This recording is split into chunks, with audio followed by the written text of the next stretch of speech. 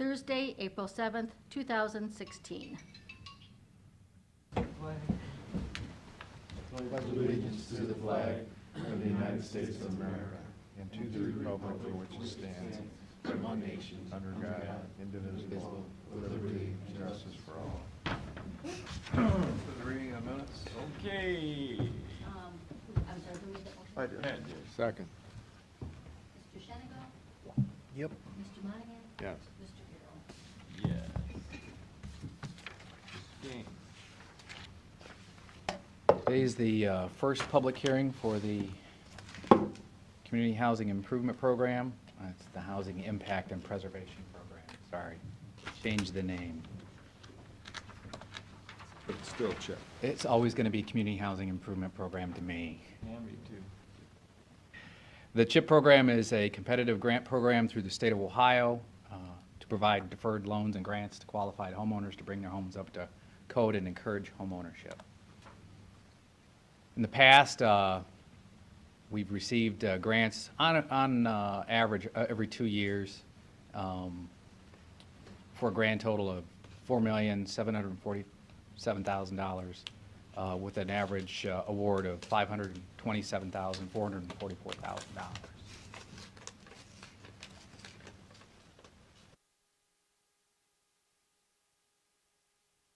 Or no, all of them are driven by income limits.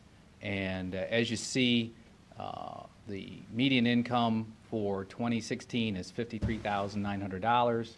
And then if you look to the right, just to the right of the median income, has the income category. And in the CHIP program, we'll be dealing with either the low income, which is that first category at 80%, or very low, 50%. And then the household size increases that income limit progressively. So for one person at 80%, it's $34,450. That's the income limit. That's the maximum that you can receive, that you can earn to qualify, and so on. 2 people, 3 people, for either 50 or 80%. You'll see that here in just a second. So the first and largest option that we have to apply for, and all of this will be determined by our Housing Advisory Committee that we're meeting with on the April 12th. So these are the menu options that we have, that the committee has available to choose from. So the biggest one is the private owner rehab.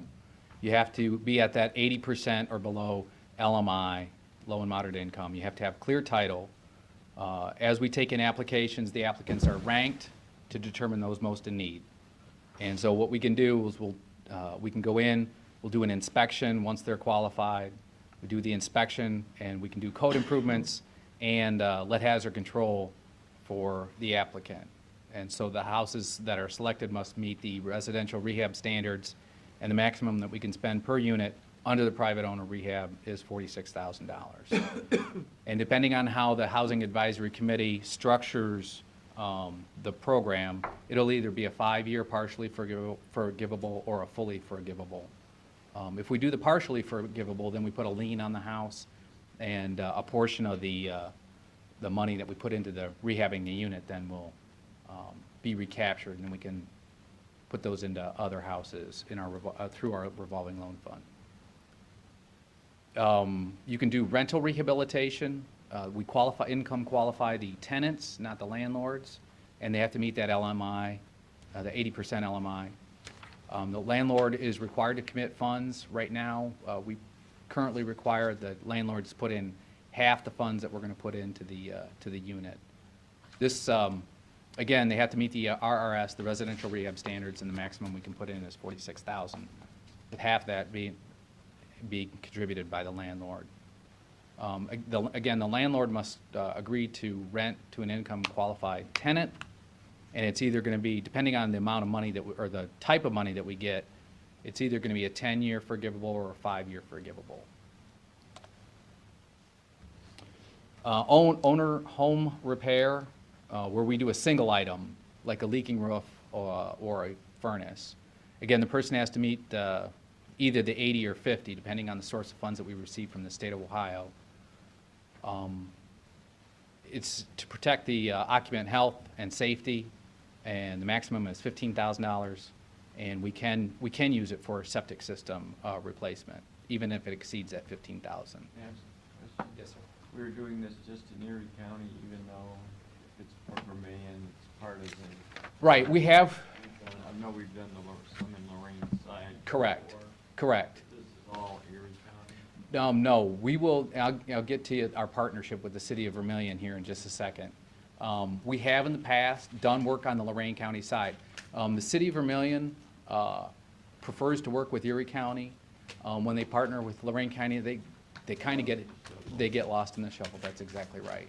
So they Isn't that- prefer to, go ahead. I'm sorry, doesn't that give us, when we partner, or when they're partnering with us instead of Lorraine County, that gives us an opportunity to get greater dollars than what we would? Correct, and now I'll get to that in just a second on our partnership.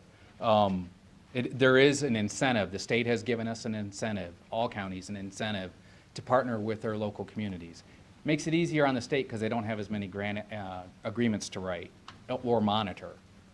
So they've given us a financial incentive to partner with local communities. Rental home repair, again, we income qualify the tenants either at the 80% or 50%, depending on the source of funds that we get from the state of Ohio. Again, the landlord has to contribute at least 50%, and the maximum amount of assistance is $15,000, including the landlord contribution.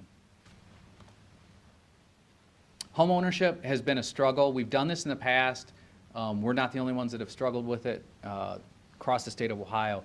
You have to be at such a point in the purchase, with the purchase agreement being accepted, it makes it really difficult to find applicants that are ready to purchase a house. So I would be wary, and I'll express my concern to the HAC when we meet on the 12th with our experience with the homeownership program.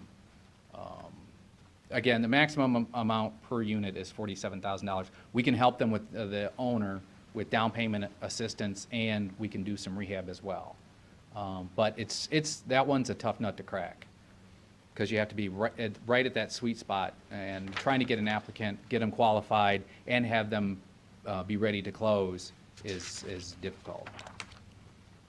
Habitat for Humanity, we've had some success and we've had some struggles with Habitat. During the neighborhood stabilization program, we were very successful. We partnered with them, and they built two new units. That worked out well, but with our CHIP program, the experience has not been all that great. They've had trouble finding affordable lots outside the city of Sandusky. The state of Ohio will not let us go into Sandusky because Sandusky can apply for their own CHIP money. So they've been hamstringed by that limitation. Finding affordable lots outside the city, and finding a potential homeowner that wants to live outside the city. It's been a struggle. So I don't know going forward if we're going to partner with them on this next application or not. Tenant-based rental assistance, we are currently offering this. We partner with Erie Metropolitan Housing Authority. We income qualify the tenants, and we can assist with the first month's rent and deposits, and it's in the form of a grant. We do have a walkaway policy, and if our inspectors get out there and there's too much work to be done and it exceeds our maximum, say if we do a full rehab and it's in excess of the $46,000 cap that we have, then we have to walk away from the unit because we want to try to avoid the money pit situation where you just keep pouring more and more money into the unit. Jimmy, who are some of the contractors that you use to do these projects? GenMet is a east side contractor. We work with them quite a bit. This is their bread and butter. They only do chip work, chip and lead work. We've worked with Porter Home Improvements here locally. We worked with the Handyman, who's out of Huron County. We've worked with Old Town Windows, Chuck Hemker, quite a bit. Usually we settle into 3 or 4, whether it's the lead program or whether it's chip, we settle in with probably 3 or 4 contractors that work in this area. There are no costs, there are no out-of-pocket costs or direct costs to the applicant. If we put a lien on the unit, the only time money comes back to us is when that lien is executed. Again, I mentioned that we have the Housing Advisory Committee meeting coming up. It's on April 12th.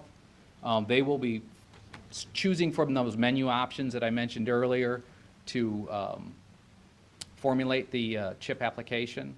Our second public hearing will be here in this room on April 28th at 10 o'clock. And then our application, we've got a short window then from the last public hearing to the application due date, which is May 6th. So that's due to the state May 6th.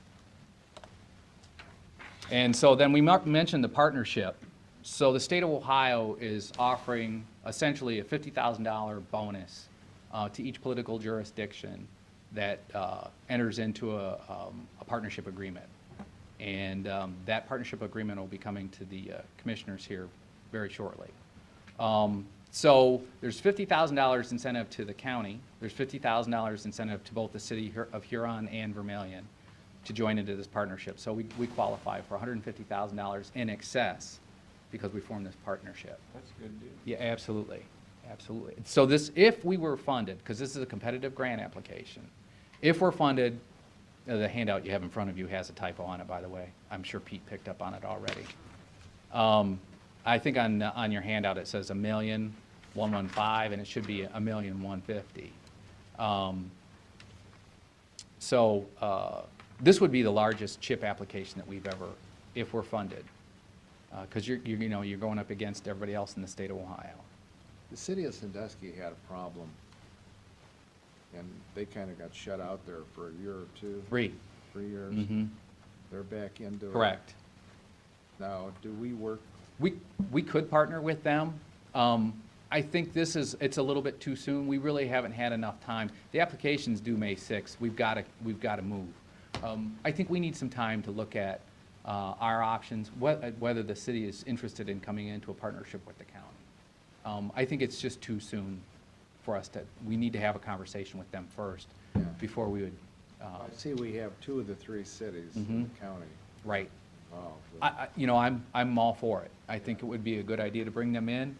I'm not sure that they feel the same. They may be happy running it on their own. But if we could get it under one umbrella, I think that would be You the way to take go. 10% of this for administration. Correct. Correct. So, But they're also, they can apply themselves, which I think. Correct. Which I think they are, so. right. Right. Yeah, I think it's a conversation to have further down the road. 2 years from now. Right. Right. Yeah, it is a 2-year, Pat makes a good point. It's a 2-year program, so we would be applying again, not next year, but the year after. If you had all 3 cities though together, I would think that you have a better opportunity, or it gives you a plus, with the people that are handing out the dough. Yeah, and you could make the argument that we wouldn't have the problem that we have with Habitat finding affordable lots outside the city, because then we could partner with Habitat again, because we would be working in the city. We wouldn't have that exclusion clause that the state has now. Well, with the land banks, the county land bank and the city land bank are getting ready to go together and do a lot of stuff, and actually, the county land bank will be more or less located in the city building downtown. I mean, that's more or less been agreed to, so, once all that comes together, it's gotta be a lot easier to work with this type of stuff. Yeah, I would look forward to it, but we just need to take some time and talk to them and make sure that they're on board with that as well. 2 years from now. Yes, sir. Just some of the things that we've done in the past. You've seen these pictures previously. We've done some roof repairs, plumbing, ceiling, electrical. I just want to remind you, April is Fair Housing Month. And there are a list of things that are prohibited. You can't discriminate based on any of the following. And we have some contact information included. So if anybody has any fair housing questions, our office is in charge of responding to fair housing complaints. And there's our contact information. Okay, thank you. All right, Any questions of Tim? Yep. Thanks, Tim. Thank you, Tim. thank you. Yes, ma'am. Assignment sheet Shay. Try to run on schedule. Seen you looking at your watch. I don't know if you were getting nervous or what. I am nervous. Or if you got another hot date somewhere. That doesn't sound bad. Okay, well, good morning. On behalf of the Board of Health, I'd like to thank everybody for their time this morning. A couple things that aren't on the agenda I've included in your packet are just to update the commissioners that Dr. Richard Keller is now on our board, replacing George, Mr. Mylander. And Michael Kaufman has been put on the board at the DAC meeting that was held. And Good additions. yeah, we're pretty excited about that. So he'll start this month. So when he gets back from his vacation, he can jump right into public health. So we're looking forward to having a full-strength board, and I think that'll be great. So the first thing I just wanted to cover with the commission today is our budget. We finished 2015 in really good shape. I think for the 8th or 9th year in a row, we finished with some money in the bank, which we're always proud of, because a lot of government agencies don't do that. So I included a little more detailed annual financial report in the packet, and I think the big number on here is on the third page or the back of the second page, I'm sorry. So if you take our total budget from 2015 and then put the carryover back in, we had about a $9.3 million year. And then the rest of the details and the rest of that annual financial report spill out some of the costs and expenditures that we have object and index codes for. And then the last page is just staffing, so folks can see how we report our number of staffing and full-time equivalents. So a little more detail. Then the next handout is the 2016 budget. The year we're in now, we're looking to bring in about 8.2 million for the year, and keeping our expenses under 8 million at about 7.9 million is our plan. So want to stick to that as close as we can. Of course, any kind of a major outbreak of any sort or a bioterrorism event would be put on top of that. So that's something I'm always planning for, and keeping money aside in the rainy day fund for an unfortunate event or a mass casualty. If we would have to scramble and enact our mass casualty plan, we'd be prepared to do that as well. The third handout is our annual appropriation resolution, as you know, was due, and we passed this the other evening at the Board of Health meeting. This reflects our 2017 budget, which is growing. A lot of this reflects detox activity, planned detox at the health department for daily operation and for the clinical horsepower we would need to furnish medical detox for the community. So that increased our budget. I'll be coming back probably in May after I talk to the Board of Health. We would like to put the 0.2 mil renewal levy on the fall ballot. As you guys know, we have 3 levies, a 0.5, a 0.2, and a 0.3 5-year levies, and the 0.2 is coming due. So we'd like to put that back on the ballot with your support, but I'll come back, like I said, in May and talk to you about that. And then I think you have until August or something to get that on through the auditor's office and the elections board. So you could see what that levy brings into the health department. In terms of revenue, is about $428,000 right now, and I think the renewal is the right way to go. What's the total your 3 levies generate, Pete? About 1.2, pardon me, about 2.2 million total. That's true numbers. Yeah, because the levies bring in about 6% grants are bringing in about 28%, and the rest is fees and stuff like that. And then I wanted just to touch base with you on this water lab issue. We are, we're proposing to take part of the health department that we have and turn it into a regional water response laboratory for three main reasons. One would be immediate analytical analysis of raw water from the lake in the bay or anywhere in northwest Ohio for microcystins, so we can get a handle on what an algal bloom might be doing, whether it's toxic or it's gonna be, or whatever the status of those samples might be, because right now it's not an efficient process, and we need to be the epicenter for this for Lake Erie. So. The algae blooms that you have in the lake though, Pete, is basically coming from the western part of the lake and it moves on down here.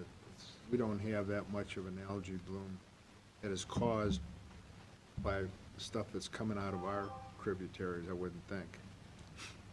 We do, Bill. They merge together, it's true, we get a big influx coming this way, but, you know, we analyze samples in the Sandusky Bay watershed, in the marshes. That microcystins lived through the winter, never died, so it's here, it's still in the watershed. Even when the winters of the polar vortex, we were finding it in January in puddles in the marsh where the sun heated up, you know, a little section out The of the three wind. big watersheds that we have are what, Mills Creek, Old Woman Creek, Pipes Creek. and Pipe Well, we Creek? consider the whole county a watershed because we're catching water from points south, west, and east, and we're like a bowl. So, you know, we're really trying to get a handle on going upstream with some monitoring over the next couple years.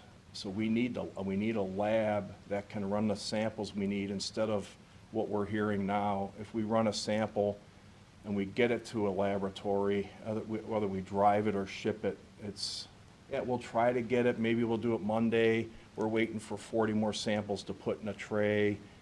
We gotta have an immediate response. Where do you send right now? Where do you send your? We send to Beechwood, Ohio, to a laboratory in Beechwood. Okay. Yeah, and it's, you know, sometimes stuff gets broken in transit, it's very frustrating. And if we get to an event that we have to work together through an operations control on an alert for public drinking water, we can't wait 3 or 4 days for a sample to come back before we make an informed decision. Sounds like a very good idea. Yeah, and I gotta tell you, the thing for the algal bloom side, the human error in micropipetting is huge, because the micropipetting, as you know, is just a tiny little drop, and it has to be the same tiny little drop times, you know, a tray of stuff. Do you have certain areas where you're gonna take samples? Yeah, we already do. Yeah, we I know got- you do the beaches, but. Yeah, when we've got some other areas, we take water wells on Kelly's, because that water's shared hydraulically. So the other two things in that water lab would be water well testing for our citizens, because we have to ship that down the road, either to Marion, Ohio, or another lab down by Dayton. And then, once again, we get, maybe we can run them, or we're full, or you're gonna have to take new samples. It's maddening. Even that Seneca Cavern, remember we had that curse stuff? Seneca Cavern was kind of like a beginning of where it's at, where the water level would change so quickly. You should take something from that, give you an idea of Well, what. yeah, that and is work- comparison to Working what with it those is. feds on that, they already have those monitoring wells in there, so they already do that, but we would probably catch those samples. Is it mandatory that somebody that has a well, that they have their water sample tested? Not as a private residence, but anytime that gets eclipsed by any commercial activity or a bed and breakfast or anything like that, they would have to. Or like a home daycare, they would have to. We have that many wells left in the, There's quite a few. There's more than you think. There's not a lot of new ones being put in, but there's a lot of existing wells, and I don't have the number on top of my head. Okay. It was surprising, it was a lot. Yeah. We do a lot of water well work as a department in terms of consultation for people, how to chlorinate your well and keep your water safe. And then the third area is for the NPDES home sewage systems that do discharge into the waters of the state.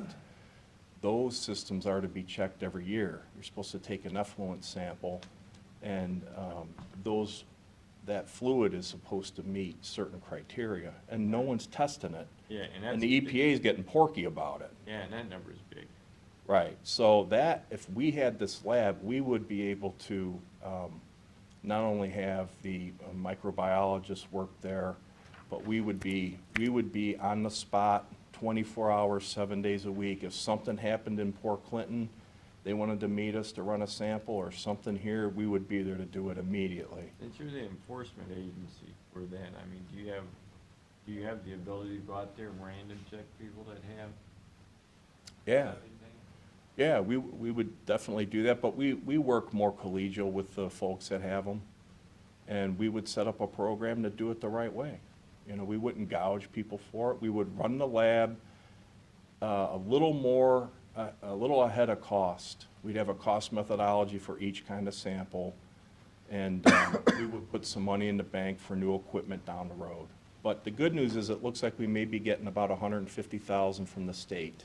That's what I was just gonna ask you, if you heard anything on that?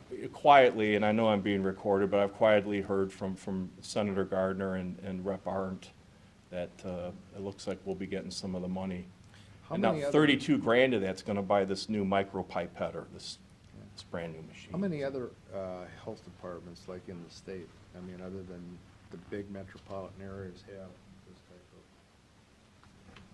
water testing that you're Zero. talking about? 0. So you'd be like one of the first.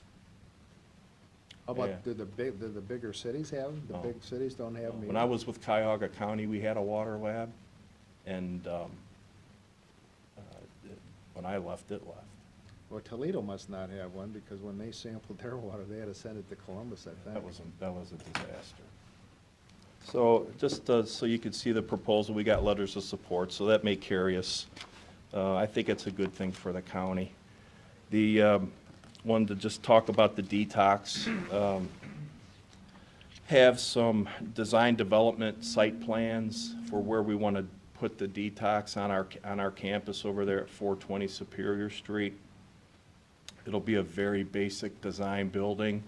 It'll have, 8 bedrooms for men, 8 bedrooms for women, a big center gathering space, stay room, if you will, a common kitchen, restroom facilities and shower stalls. It'll have a Erie County Sheriff's deputy and a nurse's station at the front at the egress point, so you have to come through that to get in and out of there. So we're looking to, finalize maybe the property transfer from the county and from the city, so then we can put a bid package together and go out there. And when that starts to look like it's gonna be something that's gonna happen, I'd like to come back and talk to the commission about helping to pay for the initial building costs for the detox. I'm thinking off the top of my unqualified brain in terms of construction and what I know, I'm looking at about $150 a square foot to build it. And if it's about 10,000 square feet, that's $1.5 million. And the health board's committed to putting this thing up. I'd like to see if we could work out maybe an agreement with the treasurer's office to get a loan from them, from the county treasurer. I'd like to have the mental health and recovery board, the commission and the health board pitch in, maybe do a third, and pay it back over, 7 years, 10 years. I've done my homework and my algorithms on the daily operating costs through Medicaid, private insurance, and relief, again, from the mental health board, which currently pays for detox for people that are leaving our community. If that money comes in, we will be at least revenue neutral at the end of every year. Just based on 16 beds. So when we look at what we can do with the program called treatment in lieu of incarceration, that'll be, 16 people, probably 16, that won't be at the jail. They'll go to detox, they'll go to recovery, they'll go, you know, through treatment, and then maybe in some other arrangement, if they maintain what they're supposed to be doing. Now, of course, there's gonna be people that are gonna be detoxed through the courts and then sent to jail for whatever crime, you know, whatever crime that they do have to serve time for. We're not talking about this for everybody, but for primarily for a lot of the new inmates that are at the jail today, we could, if we can get them medically supervised detox, that's what they need. Because we gotta have a physician and the corps of nurses get them through that 5-day window of detox in that medical setting. Well, I know I've talked to the sheriff, and he's really concerned now, you know, the women population was up over 36 the other day. It's exploding, yeah. It's exploding, and to have these folks detoxing in a jail cell Right. is barbaric. And it's, and like you said, this is gonna save money in the end, and future liability for us as commissioners operating that jail. If we could get, let's say we get 10 people a day out of the jail, that's at what, $75 a day or whatever the number is? I mean, it's $750 a day right there. But, you know, I like to come back, and I just wanted to plant that seed today that, you know, what's $500,000 over the course of 7 or 10 years? If we could get the help to build that, and then I'll take care of the operating costs on a yearly basis, on Is a that- daily basis. Pete, is that something that we could do as an internal borrowing to finance the construction? Well, it's possible, but the treasurer has to agree to it. But we've done this in the past on things, right? Yeah. We just proposed a lot of internal borrowing Yeah. the other day. You guys had a meeting Tuesday or Monday. I wasn't there, but I heard about Yeah, you know, $1.5 million might be 1.8 million, might be 2 million, might be 1.4 million. It's somewhere in that neighborhood. But until I get an idea of what we're doing with the real estate, I'm not gonna do much more than a design, development, and a site plan. I mean, it would be foolish for me to spend the money to do that. Are we doing the deed right now? The last we said, we all agreed to the transfer, and it went back to you, right, to do a lot split? Survey? We don't need a lot split, no. Working with Trevor over at the city on purchase agreement, there's looking at terminating the previous agreement, and we're looking at how to structure the contract. We do it as both entities or in one contract or having them split, so that's what we're looking at. Talked to him this morning about it. He said that would likely go before the city commission on the 25th. So my hope is to, we'll be able to do the same here with the contract. I don't expect it to be a long period of time before contract and closing, because we're not talking your standard commercial closing here, so. Well, we own the double building, Erie County does. And Erie County and the city own the other building. Right. The in-between, I'm not sure who owns that, Pete. Yeah, I don't five- either. 5 total parcels, 4 owned outright. Nothing's ever easy. And then one's the joint. We did find, though, that we own about 20 more feet to the north of the Vulcan building, the double building. So our proposal is to put our parking lot exit right through, back out to Superior Street, which will be great, because we really need that in and out. When my office was there, that was, you know, we came down Gartland or the other building, and Yeah. it was open, that whole thing was all open. Yeah, well, Marina's on part of that now, so that's closed off. They own that?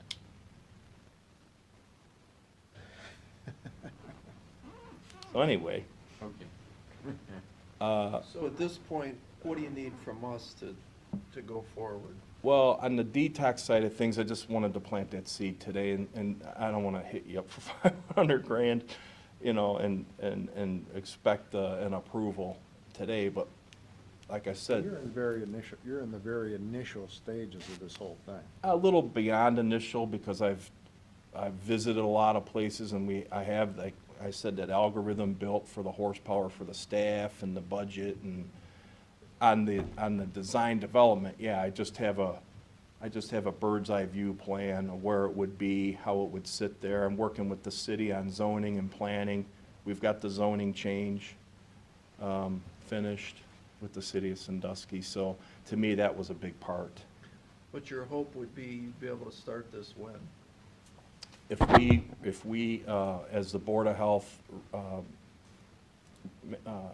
get the property in our name, we'll come back, talk to you about some funding, talk to the Mental Health Board, try to put those pieces together and get the bid out for construction ASAP. Within a few months then? I would say if this goes to April and we need another month to do some lawyering and getting together on signing an agreement here and with the city, I'd like to put a bid out like by July 1st Okay. and get it built by the end of the year. Have you looked at any commercial banks as far as lending on that? No, I other haven't. stuff? No, but I'm willing to do that. But I didn't know I don't know that much about the treasurer. I just, thought maybe that would be an option to borrow the money from ourselves. Pay ourselves the interest Yeah. instead of an outside bank? Yeah, I'd rather do that, but, Okay. okay, so then just a couple more, you got another minute? Yeah, go ahead. All right. The dredging application, I was informed in February that the Army Corps has put an application into the EPA for about 1 million cubic yards between the Huron River and the Sandusky Bay. Now, we know the shipping channel's got to be maintained.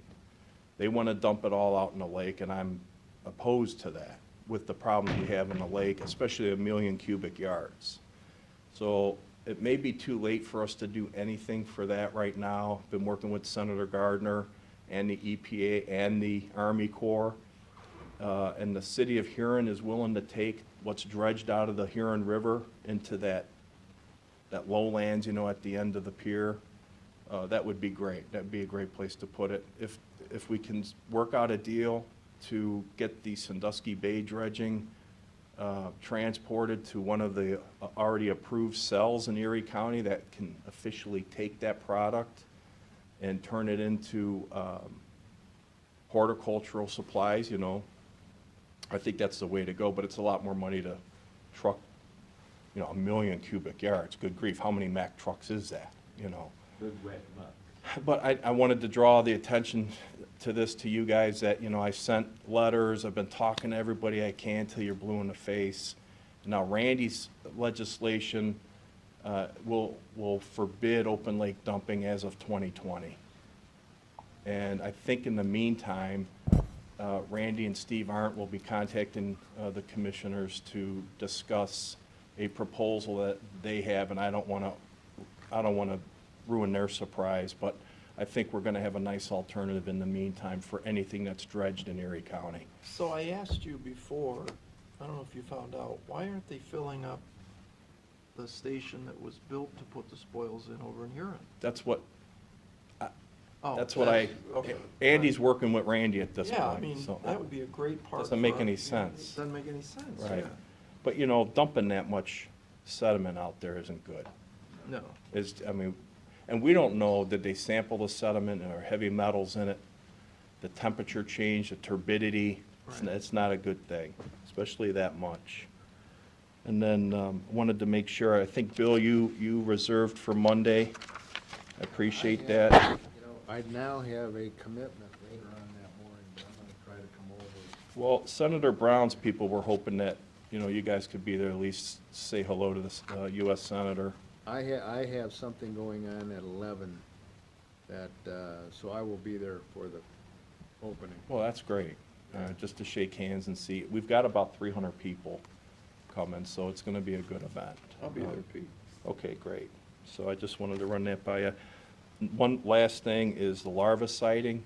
Not only Zika virus, but Rift Valley fever and West Nile virus and La Crosse encephalitis and everything you can get from a mosquito.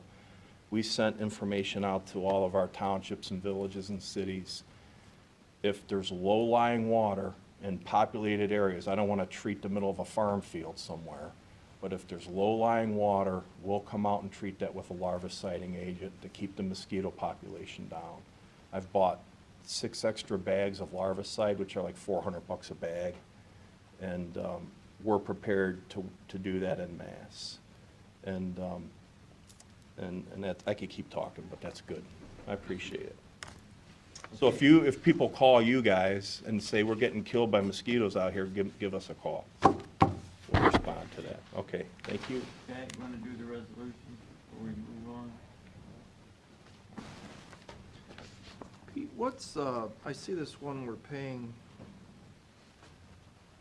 for Quarry Lakes. Oh, transfer money Yeah. What's that? essentially means that Corey Lakes doesn't spend off enough money to pay off the bonds. How much is it short? Is that this amount? 'Cause I thought it was. That's just it, well, your first payment of the year of the bonds is just interest only. Half your interest only. So it's still $120-some thousand dollars. It's closer to 107 or so. Okay.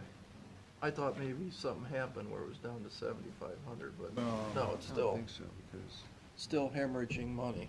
yes, it is. Okay. So, resolution for the county auditor to make interfund transfer. That's the Quarry Lakes one, Carolyn. Are you a second? Second. Mr. Shenango? Yes. Mr. Monahan? Yes. Mr. Farrell? Yes. Resolution for purpose of entering an agreement with Cash Services. Second. Mr. Shenango? Yes. Mr. Monahan? Yes. Mr. Farrell? Yes. And then resolution releasing liens or claims against property located at 3007 Hayes Ave. Second.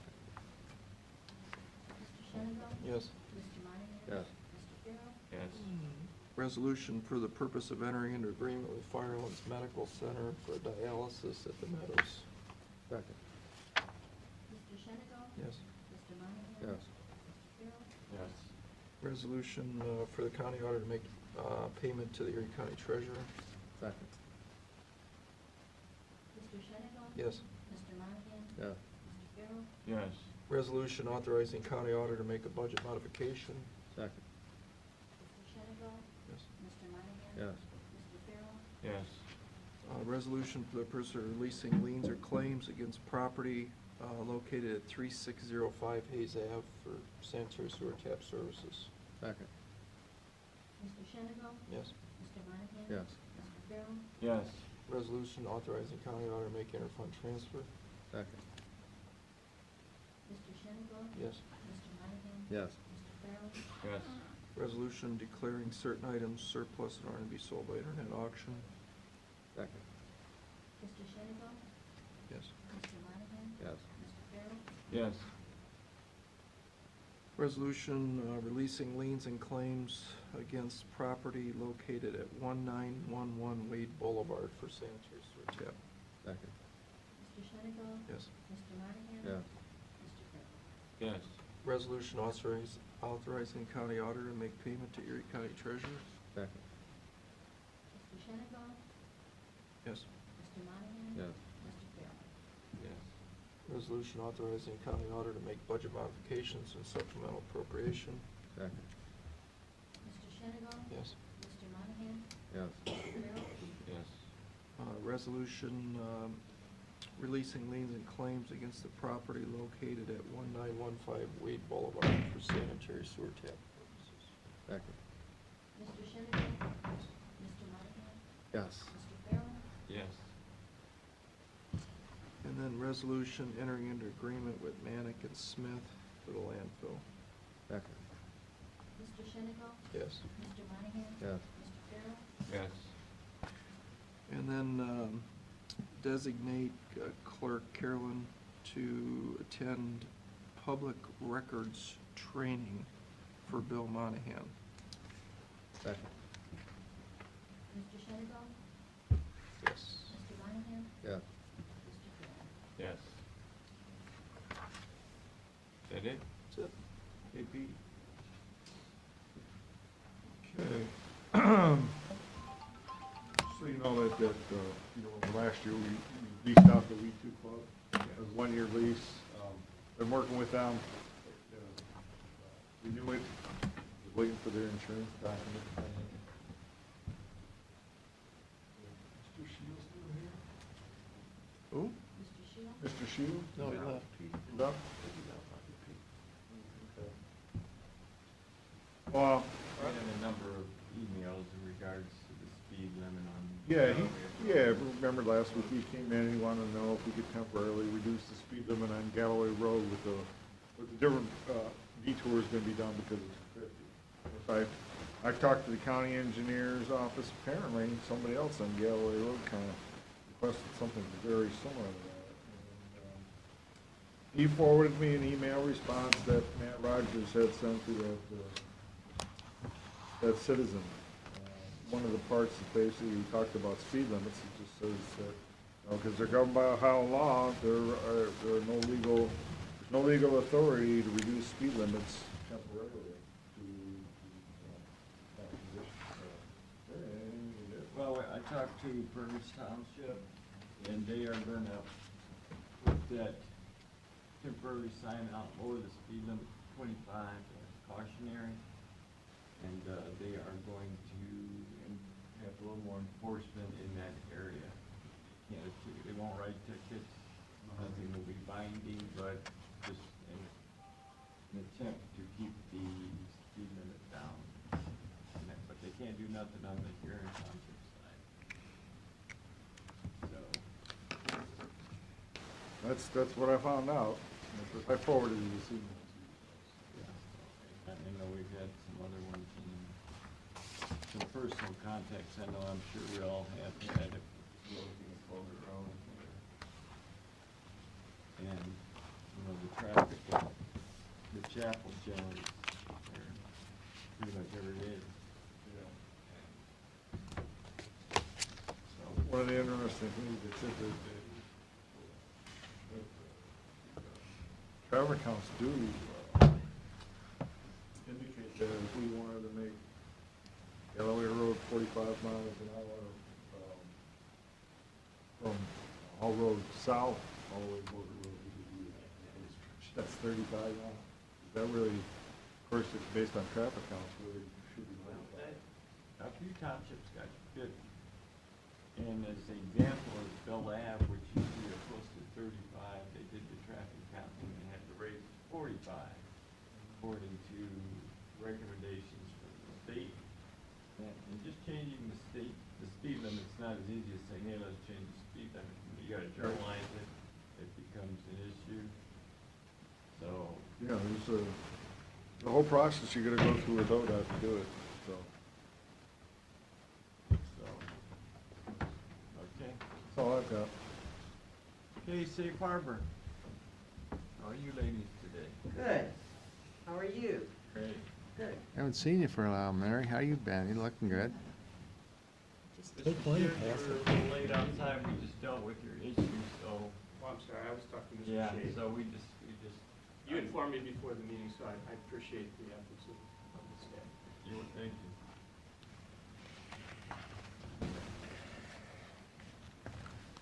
We're busy.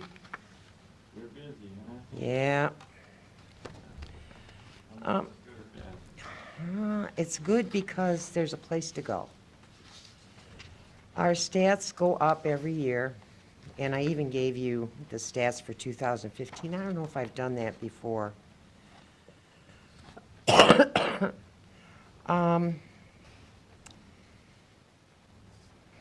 It's kind of the same old thing, except that we serve more and more people all the time. We, I think we had like 66 families in-house over the 2015. We provided advocacy in the courts for 593 folks. Our support group, we have support group in 2 counties, Erie and Ottawa County. We had 445 participants for the year of 2015. Our social worker met with 220 people. We do lots and lots and lots of community awareness. We're at the mall often. We had, in March, I think it was, we had a style show for teens, and they carried posters around that talked about dating violence and the red flags. That teen dating violence program, which was mandated, I think it was in 2013, from 7th through 12th grade, that they have to be informed and educated about dating violence. We have a gal on staff. We've met with 3,089 students in 2015. So, and it's going up. We're in all of, is it North Point? Is the big school district? We go all over the place.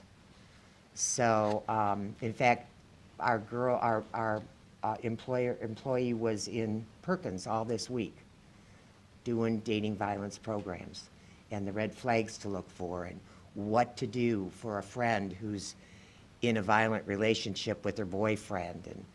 And Erica has got a fantastic curriculum for the kids. I think that I really want to talk to you about the first response program. On the second page, it shows the statistics for first response. In 2012, we had 194 first response calls. 2013, 437. 2014, 534. And 2015, 629 calls. Our advocate goes out or calls the victim. We have now, Reason, Mary, do you think that you're up almost triple from what you were in 2012? because we have an advocate and because the police, in all the police agencies, are calling us now. Okay. It was prior to that kind of haphazard. Hit and miss. Yes, now they're all calling us. How is the drug situation affecting your women? Close. Well, I think, Pat, what you have to understand is alcohol and drugs do not cause the violence. It perpetrates it, it makes it worse, but there's violence before that first drink or first drug is taken. That's a proven fact. So I think we have different types of folks that are coming into shelter and different types of folks that we're dealing with on a daily basis. We're learning a lot about what's going on in the drug world. And of course, we work real hard at not having any of our clients that come into shelter, they can't drink or do drugs. Pete Shade was just here, and we were talking about building a detox center, which there is none. I know. And I can only imagine that a lot of these women that come in are drug addicts, and so you're probably dealing with detox there in your situation, which has got to be tough. Yeah, yeah. It is. It's very difficult, and I can't say a lot. I can't say a lot of the women are. They may be with a drug user. Their significant other may be a drug user, but especially the women that are in serious danger that come in. Usually, they're not drug addicted. They may have been. Now, we've had a gal, we had one gal in that was 2 months clean, and she still is. So they stay connected with us because we give a lot. We have our community is absolutely phenomenal with donations, and so we share our donations with not only our clients but also with other agencies. So if we have an overabundance of anything, we go to Care and Share, we go to Victory Kitchen, we take it here and there. So we share a lot. But I want to kind of tell you about our expansion on first response. We got a phone call from the detention center, and they are part of PREA, which I believe is the Prison Rape Emergency Assistance. That might not be it, but what it is, I can't tell you I don't know the name, I can't remember. But what it is if there is a sexual assault at the detention center, they have our number to call, which our first response number, because we're there 24/7, and we would be able to get a hold of the sane person to take care of that particular prisoner, because they are prisoners in the detention center, to get a hold of that person and advocate for them. So we're kind of excited about that we're expanding this first response program. And my whole thing is with Safe Harbor that we really need to collaborate with other agencies, and we have been doing that. Oriana House, I think, is going to come on board as well. Now, that's that halfway house out in the West End. And we went there and toured the place, talked to the administrator, and I think they're going to come on to our first response program as well. That's the Orion, Linda, Linda, that's the Orion House that you're Yeah, talking about in the West yeah. End? Right, out in the West End, that halfway house. Where is your office actually located, your office? My office is on West Madison Street, where, what's the name of that bank? First Main, or, One Main Financial. well, yeah, One Main Financial, where Baxter's office used to be. Okay. That's where we're at. Do you work with Genesis? Because your girls ultimately are gonna move to perhaps long-term housing? We do work with Genesis. The Genesis on the lake, however, we did talk to them quite often, because we wouldn't mind doing a support group over there. But there's a rental agreement, and it's like $400. $400 a month, right? Yeah. You have to work to live there. Right, right. So, yes, we've called, we've got information, so, yes, we would work with them. But our women come in with pretty much the clothes on their back and no transportation. Well, Genesis provides transportation to the job for free. Okay. And $400 a month, they're also getting fed through our government agency, so Mhm. it's a very, very cheap. Oh, housing I know. situation. Oh, I know. But, these women have been isolated and don't have jobs. And Genesis can get them jobs Mhm. at. If they've gone through rehab, we Yeah, they know have to what go the, through rehab, yeah, right. right, correct. We're working on that. We are, and we are too. We know that that's a good resource, so. Anything else? Oh, thanks for coming out, Linda. You're We know welcome. do a great job. See you next year. We have any public comment in regards to agenda items before we go into executive session? Thanks for coming, everybody. Need a motion to go into executive session? Need a motion? So moved. Need a second? Second. Mr. Monahan? Mr. Shemigo? Thanks for coming. Yes. Yes.